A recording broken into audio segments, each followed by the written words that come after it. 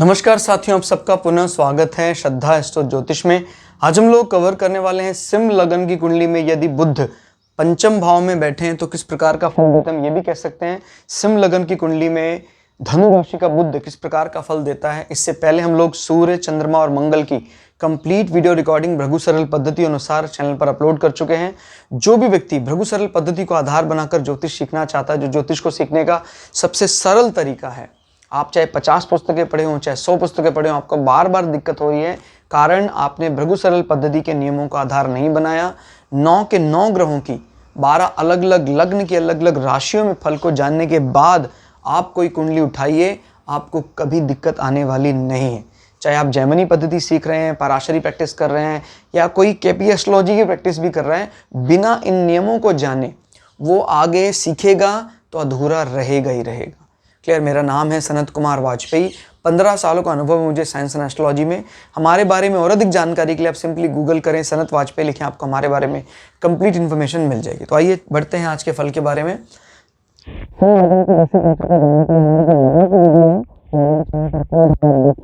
ताकि आप इस लग्न के समझे।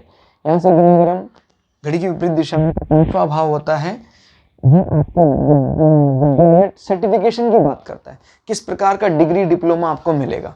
ये आपके फैन फॉलोइंग की बात करता है, आपकी विवेक शक्ति की बात करता है, आपके रोमांस की बात करता है, सडन गेन, लॉटरी से मिलने वाले गेन, इस प्रकार से अचानक मिलने वाले गेन भी 5th हाउस से होते हैं। तो जब 5th हाउस का मालिक बृहस्पति तो ये अपने उस पार्ट को लेकर एक प्रकार का सात्विक भी बहुत है और एग्रेसिव है। याद रखिएगा, बृहस्पति की ये राशि क्षत्रिय गुण प्रधान है।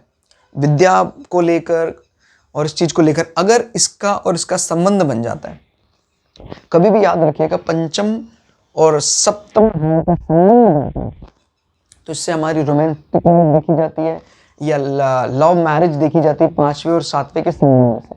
जैसे मान लीजिए शनि यहाँ के बैठ गया, इस भाव का स्वामी बृहस्पति यहाँ के बैठ गया, इनफैक्ट परिवर्तन राजयोग।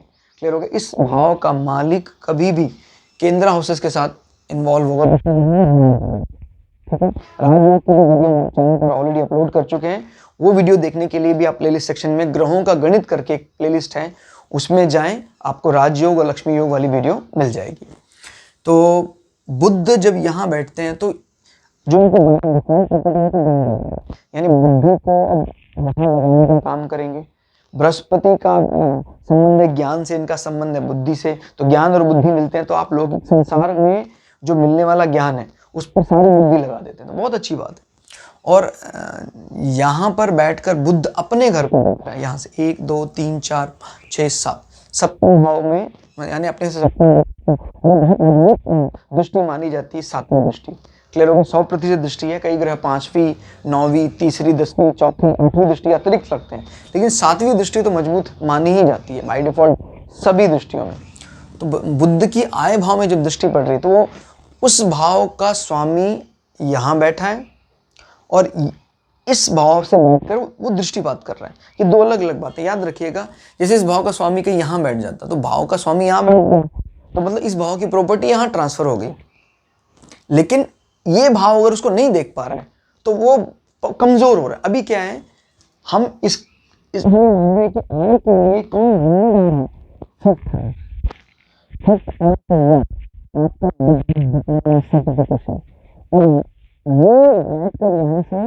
दृष्टिपात कर रहे हैं आपकी इच्छा तो बात याद रखिएगा, जब किसी हाउस का मालिक कहीं बैठता है तो उस प्रभाव को वहां ट्रांसफर कर देता है, लेकिन वो ट्रांसफर करने जब वो वहां ट्रांसफर कर देता है उसके बाद जब उसने उस हाउस के गुण को धारण कर लिया है तो क्या वो वहां से कुछ आपको देने वाला है कि नहीं देने वाला है, वो तब पता लगता है जब वो वहां दृष्टिपात भी करता है। तो बड़ा ही ज्यादा मजबूत स्थिति है, क्योंकि बुध की अपने घर में स्थिति है, बड़ी मजबूत स्थिति क्या से 5th हाउस जिम्मेदार है। स्ट्रॉन्ग कीजिए, डिग्री डिप्लोमा सर्टिफिकेशन जो है भी है उसमें बृहस्पति का ज्ञान को पाने की ललक भी है और बुद्धि का भरपूर उपयोग करने का बुद्ध का जज्बा भी है। तो दोनों को साथ मिलाना है। स्पेशली ऐसे लोग अपने रिसर्च में बहुत ज़्यादा अच्छा काम कर सकते हैं।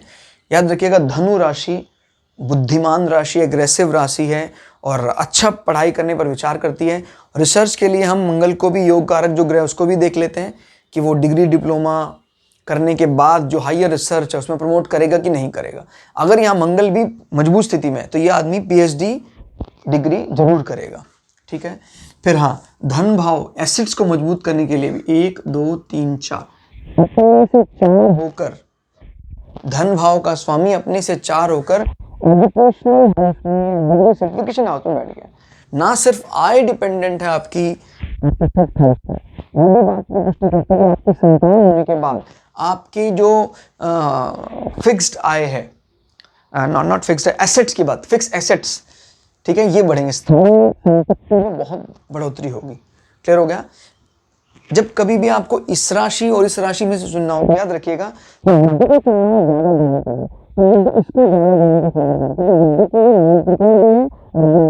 राशि भी याद रखिएगा हमेशा।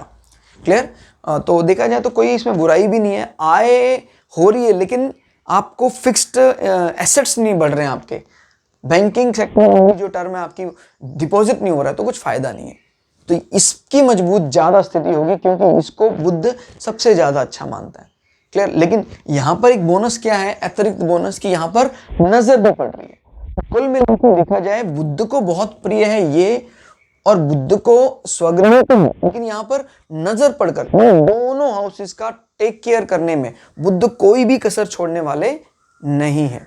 क्लियर होगा। तो प्लस पॉइंट इसने ये ले रखा है कि दृष्टिपात कर रहा है, लेकिन इसका प्लस पॉइंट क्या है जो बहुत बड़ी चीज है कि भाई चाहे मैं नजर मारूं ना मारूं, लेकिन ये राशि मुझे सबसे ज्यादा प्रिय है, कन्या राशि। कन्या राशि एक बड़ी सधी हुई राशि है, समझदार। कन्या का मतलब एक ऐसी लड़की जो ब्रह्मचर्य का बड़ी सटीकता से पालन करती है। याद रखिए, कन्या नॉट लड़की, ये याद रखिएगा। कन्या यानी जिसका ब्रह्मचर्य सतत्व अभी भी डिगा हुआ नहीं है, आप क्या बोल सकते हैं, वर्जेनिटी जो अभी भी कायम है, इस प्रकार से बात करना है।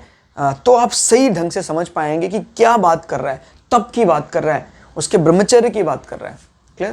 तो और मिथुन राशि को हम मानते हैं कि बुद्ध का रोमांटिक फेज है। क्लियर होगा। जो एक महिला के हाथ में वीणा है और पुरुष के हाथ में गदा है, तो इस प्रकार की मिथुन राशि को रिप्रेजेंट करता है। तो बुद्ध को वो राशि बहुत प्रिय है। तो कुल मिला के यहाँ पर रिजल्ट अच्छा है, इसमें कोई दो राय नहीं। बुद्ध, मैंने आपको बार बार याद दिला रहा हूँ, ये दुश्मनी में भी एक शराफत रखता है। बृहस्पति इनको अपना शत्रु मानते हैं, लेकिन बुद्ध यहाँ भी देने से नहीं चूक रहे हैं। क्लियर। तो विरोधाभास तो दिखाई देता है। बुद्ध को सबसे ज्यादा एफिशिएंसी जो मिलती है अपने घरों में मिलती है, अपने मित्रों के हाउसेज में मिलती है, लेकिन इन हाउसेज में भी बुद्ध ऐसा नहीं कि वो नहीं देगा, उनका मन थोड़ा उदास है, सैड मूड है, फिर भी वो काम करेंगे ही करेंगे। ये एक ऐसा प्लैनेट है, बड़ा अजीबोगरीब प्लैनेट है कि दुश्मनी में भी वो काम करने से नहीं चूकता है, स्ट्राइक पे भी जाता है तभी भी काम करता रहता है। तो दोस्तों, आपको क्लास कैसी लगी हमें कमेंट करके जरूर बताइएगा। क्लास अच्छी लगे तो चैनल को सब्सक्राइब कीजिए। मिलते हैं अगली वीडियो में, तब तक के लिए जय श्री भृगु पराशरा, जय श्री शुक्राचार्य, नमस्कार।